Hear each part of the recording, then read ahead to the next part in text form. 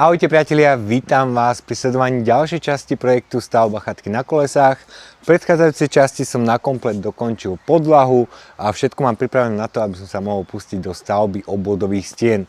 Na to však budem potrebovať dosky alebo hranuly s rozmerom 5x10 cm, rôzne rozmery. Celkový popis alebo rozpis materiálu vám dám do popisu tohto videa. Tak poďme najskôr kúpiť hranuly a potom sa pustíme do práce.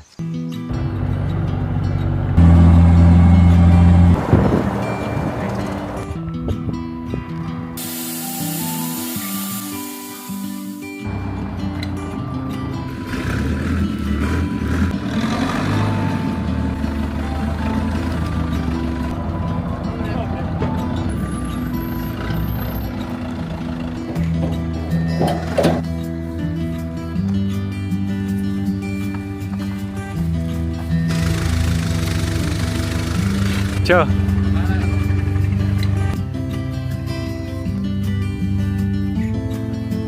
Môže. Komplet rezivo, ktoré budem potrebovať na stavbu obvodových stien, ako aj konštrukcií na postele, aj priečok mám už zaparkované v záhrade.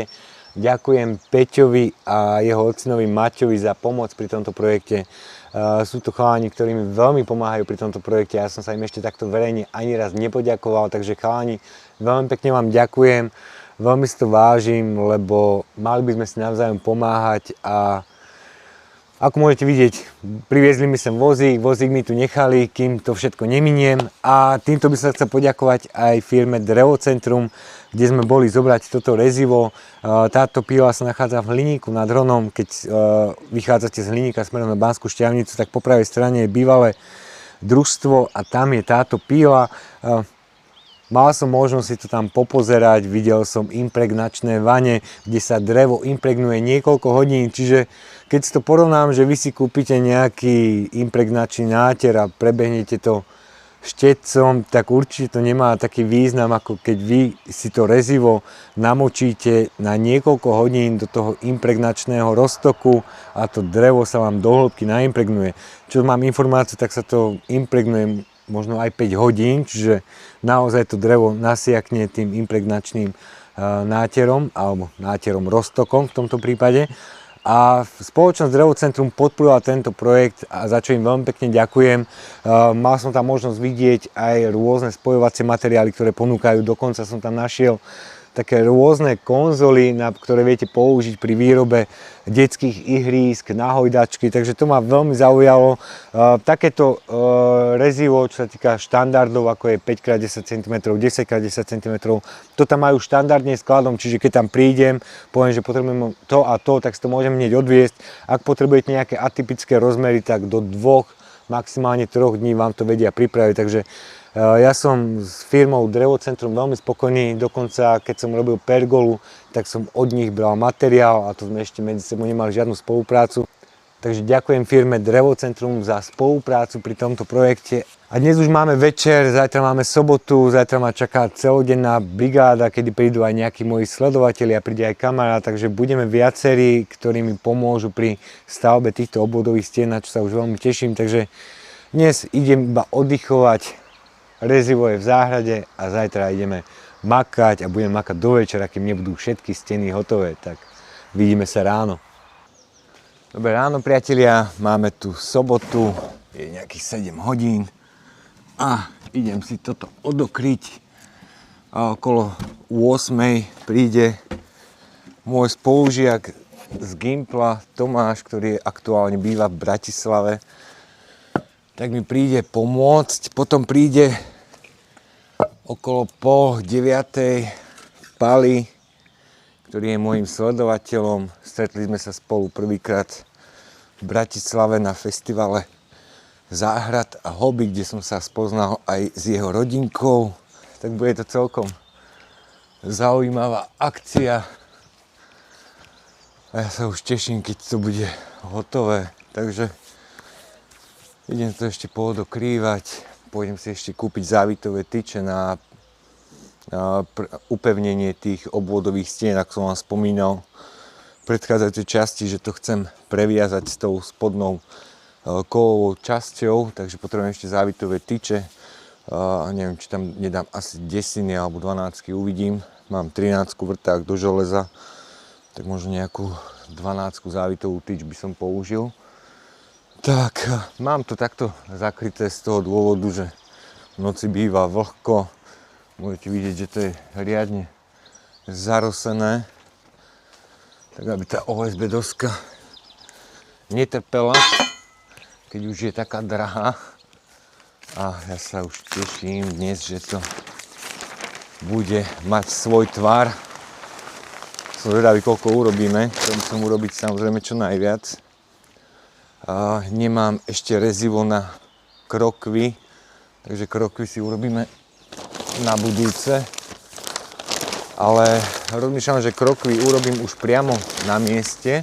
Tu by som si akurát tak spravil, dá sa povedať, že etalón, podľa ktorého si budem vyrábať ďalšie krokvy. Ale to všetko uvidíte počas tohto projektu, takže ja si to poodokrývam, pôjdem do obchodu a ideme makať.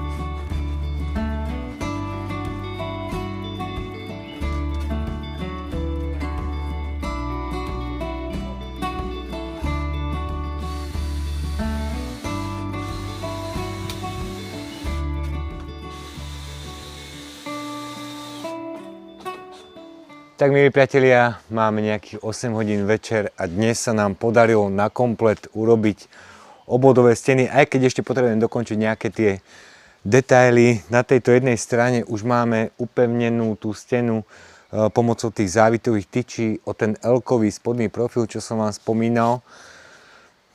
Za jeden deň sme to stihli. Ďakujem Pálimu a Tomášovi za pomoc. Veľmi som nerozprával, lebo sme sa naozaj ponáhľali, chceli sme to stihnúť za jeden deň, čo sa nám aj podarilo. Ešte tam musím urobiť nejaké detaily. Ešte navrch príde jedna 5 cm doska, ktorá to celá previaže. Takže ešte nejaké detaily si dorobím cez týždeň, ale myslím, že sme celkom fajn veľa vecí urobili. Ja som veľmi spokojný, páči sa mi to. Možno sú tu nejaké chybičky, ale mne sa to páči, ja som s tým spokojný, tie rohy sú spevnené. Keď si pozriete napríklad tento roh, tak je tu, toto má 20 x 10 cm, čiže to je úplne brutál, to bude na tých rohoch spevnené. Čo ešte bude musieť domyslieť, tak je spevnenie v stredovej časti, keďže bude Ačková strecha, tak tieto steny by sa pod tým Ačkom od seba rozchádzali, takže ešte tu dám možno nejaký jeden taký väčší, masívnejší hranol, tu dám druhý masívnejší hranol. V tej zadnej časti to bude držať vrchná posteľ, ktorá tam bude. Tu v tejto časti bude ešte priečka, za ktorou bude taká malinká miestnosť, takže tu sa to previaže dobre v tejto časti aj v tej zadnej, ale tu bude musieť dať ešte nejaké tie dva hranoly, aby tie steny držali pekne pri sebe, alebo aby to bolo previazané, takže za mňa je to naozaj veľmi pekné. Tu bude obrovské okno posuvné, ktoré bude mať rozmer 2x2 metre. Tu toto okienko, ktoré môžete vidieť, tak tu by som chcel spraviť ľudské, takú malinkú kuchynskú linku s výhľadom, takže bude si váriť, bude sa pozerať z okienka. Tak ako som si to nakreslil, naplánoval, tak to bude. Tu bude také malinké okienko. Tu ešte potrebujem spevniť túto časť, to ešte urobím, tu mi tiež ešte chýba jedna doska, to tiež dokončím a poďme do tejto časti sa pozrieť. Ideme sem. V tejto výške bude nejako posteľ, čiže keď sa tu bude ležať, ráno sa prebudíme, tak budeme mať výhľad z postele, na čo sa teším. A na vrchu som rozmýšľal, že neurobím iba jednu dvojposteľ, ale urobím to tak, aby sme sa tu štyria mohli plnohodnotne vyspať. Čiže na vrchu ešte urobím ďalšiu posteľ a tam bude potom tá Ačková strecha a tam dám také trojholníkové okno. Takže aj z tej vrchnej posteli bude pekný výhľad z okna. Takže dúfam, že sa mi to podarí urobiť tak, ako to mám naplánované, ale dnes sme s chalanmi urobili naozaj kus roboty, za čo im veľmi pekne ďakujem. A neviem čo viac dodať, no za 2 týždne by som to už chcel mať tak pripravené, aby sme to mohli premiestniť, takže previesť. Rozdielil som si to ešte tak, že na 2 časti, aby to nebolo veľmi ťažké, takže tu mám riešený spoj, to ešte potom sa previaže, alebo sú to 2 časti, táto má rozmer 4x2 metre, táto má rozmer možno 4,5x2 metre, takže sme to urobili z 2 častí, zatiaľ sme to previazali takto, keď príde ešte navrch jedna celá doska, tak celú tú stenu spevní, rovnako by sme to spevnili ešte aj v tej spodnej časti. Ja si ešte cez týždeň dorobím závitové tyče na tejto strane, ako aj na tých menších stenách tam, aj tam. Tu, kde sú okná, tak tam som to robil dvojité, čiže dávali sme dve tie dosky 5x10 cm, čiže je tu dokopy 10x10 cm. Na vrchnej časti je to previazané, môžeme si pozrieť ako. Áno, už mi dochádza baterka na kameru, lebo tá kamera išla skoro celý deň, takže tuto je takto pekne previazané.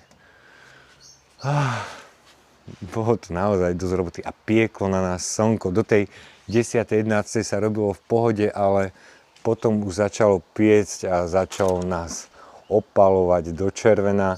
Ja som celý spálený. Neviem, či to bude vidno, ale celý krk mám červený. Už som potom robil aj bez trička, aj Pali si dal dole tričko, to mašné si tričko dole nedával, ale aj sme sa nasmiali, boli sme fajn party a išlo to naozaj veľmi dobre. Tak, dobre, idem si dnes už oddychnúť, idem sem dať ešte tú čiernu fóliu z toho dôvodu, že tá vzdušná vlhkosť, aby zbytočne neubližovala tej OSB doske, ktorá je na podlahe, lebo aj ráno bola tá fólia celá mokrá, tak aby tá vlhkosť nešla na tú OSB dosku, tak idem to ešte pozakrývať a už potom oddychovať. Tak pokračujeme o 2 dní, zajtra je nedeľa, zajtra si dám voľno a v pondelok by sme pokračovali.